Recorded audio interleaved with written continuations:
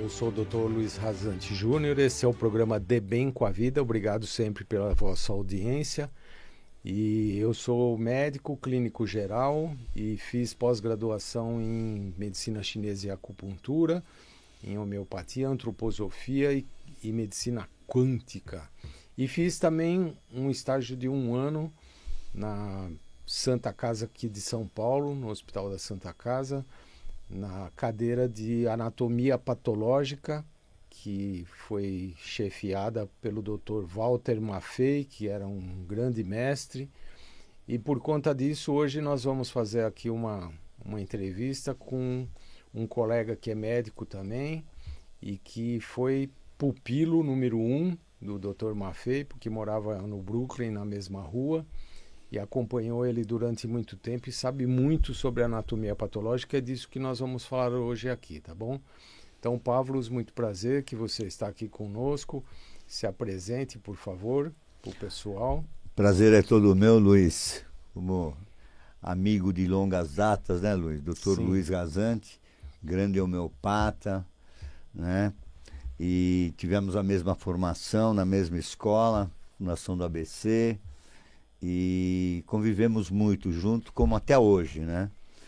E eu, na verdade, fui um privilegiado na vida, né? Sim. Porque, por um acaso mesmo, foi que eu conheci o Dr. Maffei. Eu, a priori, no início da minha carreira estudantil em medicina, eu fui apresentado ao Dr. Maffei por um grande homeopata, Dr. Ditolvo, um homeopata bem conceituado.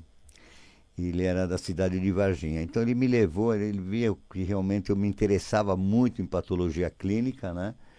E acabou me levando e me direcionando, e dizendo a mim que eu iria gostar muito desse professor, né? Esse grande mestre da patologia clínica, e que não era perder tempo em conhecê-lo, né? E acabei indo, o doutor Ditolvo me levou para uma sessão de anatomia patológica no IML da Santa Casa de Misericórdia de São Paulo, onde pela primeira vez conheci esse grande ícone da patologia clínica, né? O Dr. Maffei é um homem que tinha uma visão bem ampla da anatomia patológica, tanto no âmbito histopatológico como na anatomia patológica também. E ele era muito famoso por um grande observador na patologia constitucional. Quer dizer, o Maffei tinha uma habilidade em identificar os órgãos realmente de choque, os órgãos frágeis, os órgãos predispostos a qualquer tipo de alteração, com a simples observação e inspeção da constituição do indivíduo. Tá? Então, agora fala uma coisa assim, Pavlos. Assim, só para a gente direcionar e deixar bem assim explicado. Então, constitucionalmente, então cada raça, cada indivíduo tem uma predisposição para desenvolver algum tipo de patologia. É assim que funciona, né? Isso. Na verdade, é assim, o Maffei dizia sempre que a determinação dos órgãos sensíveis são determinadas realmente pela constituição do indivíduo. Pode ser de etnia europeia, sul-americana, oriental. Sim. Como exemplo, né, que o Maffei gostava de dar, era a predominância, né, a alta penetrância genética nos orientais para o câncer gástrico, câncer Sim. de estômago. Então, os orientais, para o Maffei, o primeiro órgão de choque, o órgão número 1 frágil, era o estômago, né? Sim. Para o Maffei. Isso é uma coisa bem importante, que todo mundo sabe já que no Japão, por exemplo, o índice de patologias gástricas, de câncer gástrico é bem elevado, né? Isso é uma coisa, sem dúvida, que chama bastante atenção. Agora, me fala assim, uma outra coisa que é bem importante, porque eu já falei aqui uma época, que tem uma teoria, que essa teoria do Dr. Maffei é a teoria assim que hoje ajudamos muitas pessoas por conta disso, que é a respeito do ácido clorídrico, que é um ácido produzido pela mucosa gástrica. E o Pavlos é um especialista nisso e ele dá cursos também sobre isso, né? Lá você tem feito cursos de HCl, né? Que é o ácido clorídrico. Então explica um pouquinho para o pessoal de que maneira que é essa atuação do ácido clorídrico e por que precisa dessa reposição do ácido clorídrico. E aí uma outra pergunta que eu já vou deixar para você responder. Na época do Dr. Maffei ainda não existia cirurgia bariátrica. E hoje em dia o pessoal arranca o estômago inteiro. E quem é que produz esse ácido? O que vai acontecer com a digestão dessas pessoas que não têm estômago para produzir o ácido se não é reposto? Então fale-nos sobre isso um pouquinho, Pavlos, por favor. Então, na verdade, o Maffei sempre dizia, né, e frisava isso, que não existe um estômago perfeito. Não existe. Em cima de 150 mil a 200 mil autópsias, mais ou menos, que ele executou, ele conseguiu isolar um estômago quase que perfeito. Então ele falava que geralmente na embriogênese, por ter uma alta penetrância genética para hipocloridria, o que é hipocloridria? É a falta na produção do HCl, do ácido clorídrico. Sim. Esse ácido clorídrico é produzido por pequenas estruturas localizadas no fundo gástrico. E essas estruturas aí, segundo o Maffei, elas pararam na evolução embriológica, elas não chegaram ao ápice de amadurecimento desse órgão. Sim. Então ele tornou-se insuficiente, a bomba de próton localizada na base dessas glândulas parietais, elas perderam função, elas não estão em plena função. Então, 95 a 98%, segundo o Maffei, da população no mundo alberga a condição de hipocloridria, falta da produção do HCl. Daí que entrou a ideia do Maffei adicionar o HCl de acordo, logicamente, com a anamnese, quadro clínico do paciente, expressividade sintomatológica do paciente, exame físico do paciente, a clínica é soberana. O Maffei sempre falava que a inspeção, a constituição, o exame físico, a propedêutica, a anamnese, tudo isso é um conjunto de que você vai chegar a um denominador comum e dar um propósito melhor para cada paciente. Evidentemente, ele usava 40%, a 30%, a 50%, a 60%. Até em casos mais graves, como no SPRU tropical, que é uma doença gravíssima, que é quase atrofia gástrica, era dado a 100%. Ele dava até a 100% o ácido clorídrico nessa diluição. Que é onde ele via realmente o desaparecimento das expressividades sintomatológicas desse doente. Então, agora só para os nossos espectadores entenderem, se tem a falta do ácido clorídrico, a digestão acaba sendo prejudicada. E essa digestão sendo prejudicada vai gerar excesso de flatulência, de gases, de restos de alimentação não digeridos, né, na evacuação, nas fezes. Fala um pouquinho disso para a gente. Porque, na verdade, o que acontece? Quando você tem um quadro de disfunção da bomba de próton, disfunção na produção do HCl, você vai comprometer em reação um efeito dominó. Você vai acabar comprometendo a digestão, que vai ser incompleta. Uma digestão tem que durar no máximo 45 minutos. Passou de 45 minutos, já vai começar a ter um retardamento de esvaziamento gastroduodenal. O que acontece?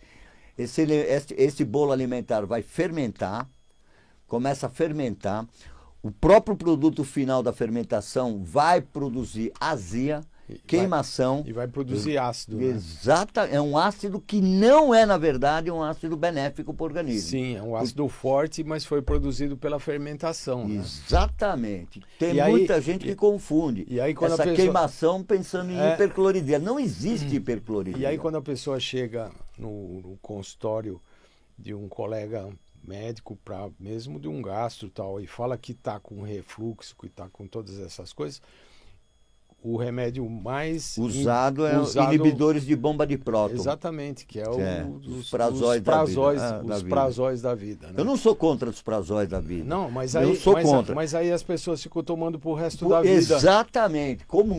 Porque tem acidez, na verdade, você não está tratando a causa, você está tratando o efeito da doença. E aí o que acontece? Aí, como já está com hipocloridria e está tomando os prazóis, Aí essa hipocloridria vai ficar permanente, né? Permanente, e o pior de tudo, que vai aumentar a alcalinidade gástrica. Esse aumento da alcalinidade gástrica vai propiciar o quê? O O carcinoma gástrico. Sim. Porque o carcinoma gástrico só cresce em terreno alcalino. Sim. E além do mais, todas as bactérias que... H. pylori, tudo.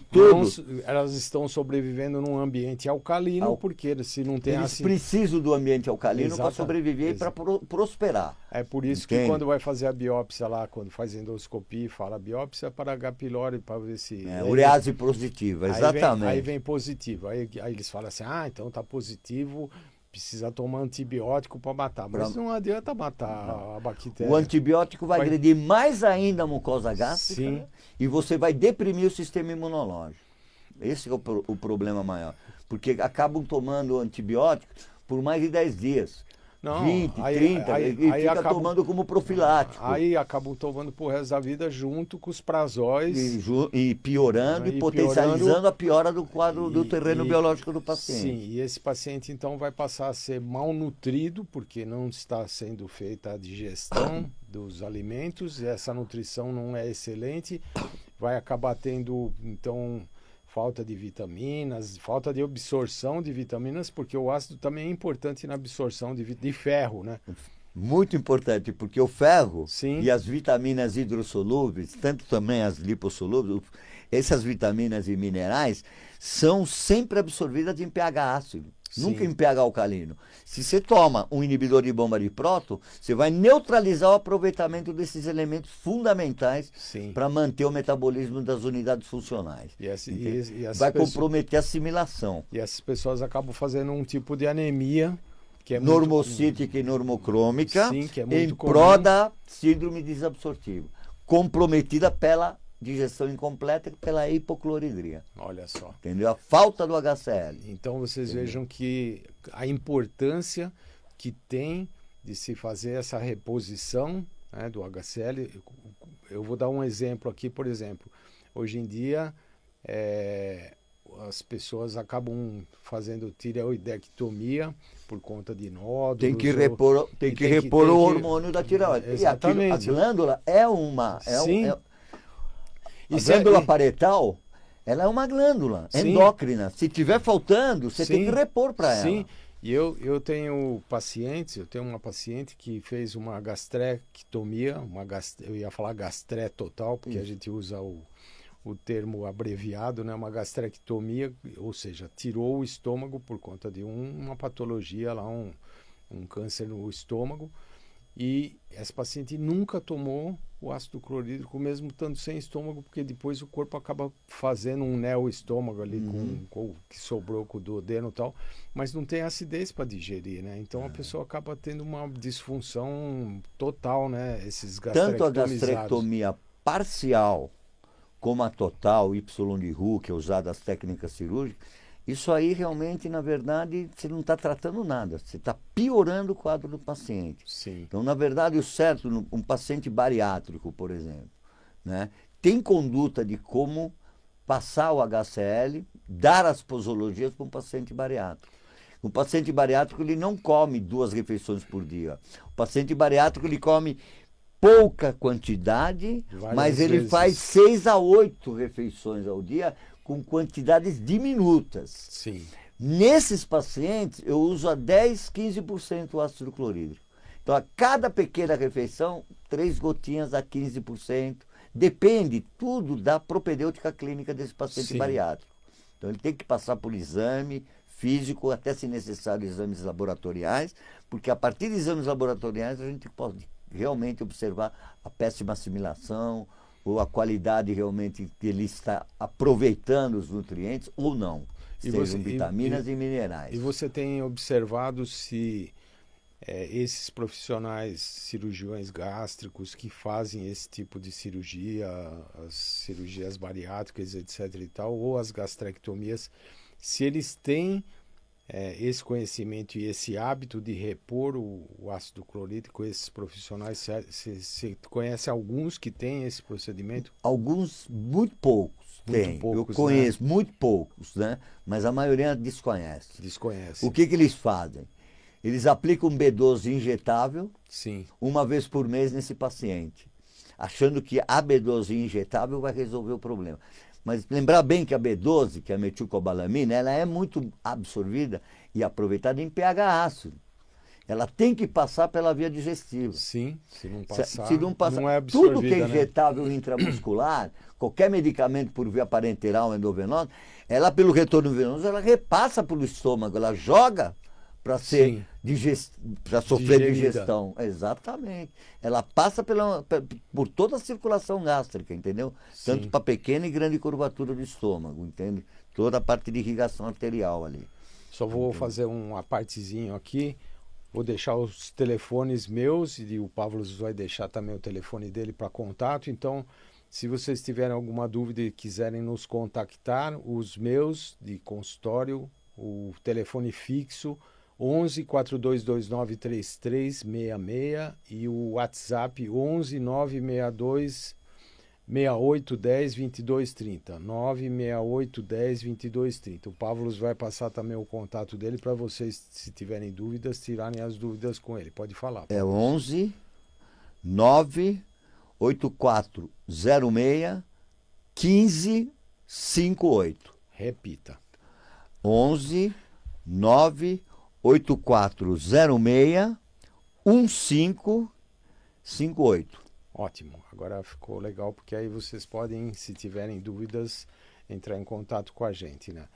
E é muito interessante que nós nos conhecemos na faculdade e depois acabamos fazendo uma viagem para a Grécia, que como a família do Pavlos, os pais estavam morando lá na Grécia, né? O pai já estava numa empresa que ainda tem, né? Telemecanique. E ele era o presidente lá na Grécia dessa empresa. Diretor-geral. Diretor-geral. E aí nós acabamos passando uma época lá, no final da nossa faculdade aqui da ABC, né? E estudamos bastante lá todas as... História de Hipócrates. As histórias dos grandes médicos que vieram, os gregos, né? Que vieram lá da Grécia. Então isso foi uma coisa muito, muito interessante e que me deu muita alegria também. Aquela viagem foi fantástica. Mas então, se vocês precisarem nos contactar, vou deixar mais uma vez só o telefone 4229-3366, o fixo 011 sempre, e 11 96810 2230, e nós estamos à disposição para vocês. E ainda vamos aqui finalizar, né, esse nosso bate-papo aqui, que está sendo bem importante, porque eu tenho certeza que vocês estão aproveitando muito, não só os ouvintes, mas também os colegas médicos que, por conta disso, podem entrar em contato. E existem farmácias que não são quaisquer farmácias que fabricam... Manipulam o HCl, o ácido clorídrico. Precisa ser bem manipulado. E outra, não é qualquer farmácia. Tem que saber direcionar os que trabalham sério com esse assunto. Exatamente. Eu tenho uma farmácia homeopática aqui em São Caetano, que chama Farmácia Via Saúde, que faz esse ácido para mim. E é interessante, olha que coisa interessante, Pavlos, que eles manipulam isso faz tempo para mim, o ácido clorídrico, né? E a Polícia Federal foi lá na farmácia dessa paciente. Não é o primeiro, não. Não. Porque eles falaram que esse ácido pode ser usado para... Industrial, que é o muriático, é diferente. Não, que ele pode ser usado para destilar cocaína. Então, por isso que foi a Polícia Federal lá saber por que estava sendo usado tanto ácido, porque eu estava prescrevendo muito, né? Entendi. Então, vocês vejam que... E tem uma outra coisa também que é importante. Eu, como sou homeopata, os medicamentos homeopáticos, normalmente eles têm um tempo de validade, né? Então, não passa de 3 meses, se não me engano. Né? Normalmente o pessoal fala 3 meses o tempo de validade do medicamento homeopático. Mas o próprio Hahnemann falava que não existe isso, que a energia que está lá dentro não vai se Não desfazer, vai se dissipar. não vai se dissipar de jeito nenhum. Então, tanto que tem remédio ainda de 2 séculos, que era da época do Hahnemann, que ainda funcionam. Olha aí. E é interessante que, às vezes eu mando fazer... É mais interesse econômico. É mais né? interesse econômico para fazer de novo. Mas é. o ácido clorídrico, quando nós prescrevemos, né? Às vezes ele vem com essa validade, porque como eu prescrevo de uma farmácia homeopática, às vezes vem com a validade de 3 meses também. Para o ácido, sim. O ácido perde realmente o potencial dele, viu? Mas Luiz? em quanto tempo? No máximo 4 meses, eu diria, viu? Você acha? Mas é ácido, na verdade, é um produto químico. Então, é um produto químico, mas ele é volátil, né? E à medida que você vai abrindo a tampa e liberando, ele vai perdendo. Isso aí eu vi com um químico analítico, né? Que um colega meu, ele me falou isso. Repara bem que no final de 3, 4 meses, e realmente eu percebi que fica fraco, ele perde um pouco o potencial. Mas depende também da embalagem. Da embalagem, exatamente. Como nessa farmácia que eu faço, tem uma embalagem que é excelente. Não pode ter borrachinha em cima. Não. E porque senão a borracha acaba sendo também dissolvida ela sofre pelo ácido. Mas a embalagem, a farmácia que faz e como é embalado, isso também é super importante. Importante.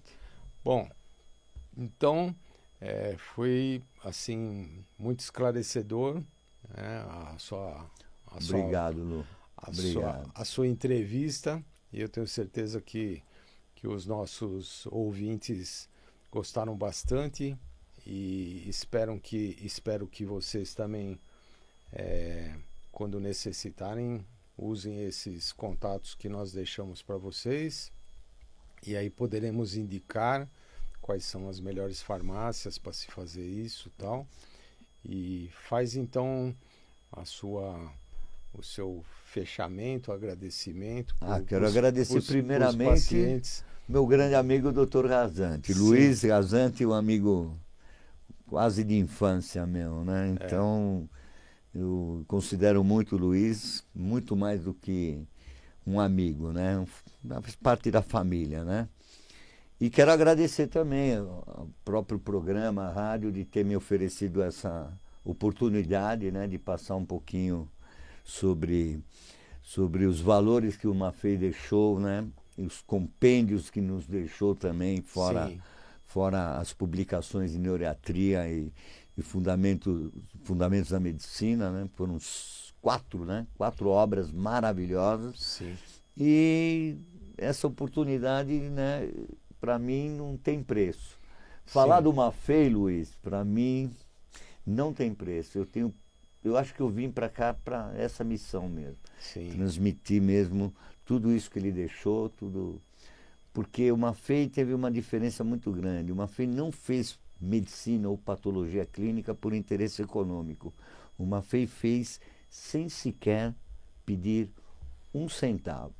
A única vez que ele ganhou um dinheirinho, que foi um valor assim ridículo, e a mulher colocou no bolso dele, a paciente colocou no bolso, por agradecimento a ele, quis pagar, insistiu. Aí ele olhou para mim e falou: você não vai acreditar, a única vez que me deram dinheiro para um conselho médico, eu fui assaltado dentro do bonde. Então, na verdade, não era para mim receber mesmo, né? Não tem jeito. Pois é, muito Mas interessante. É isso. Então passe de novo o seu telefone ali para o pessoal da câmera ali. Meu telefone de contato é 11 98406 1558.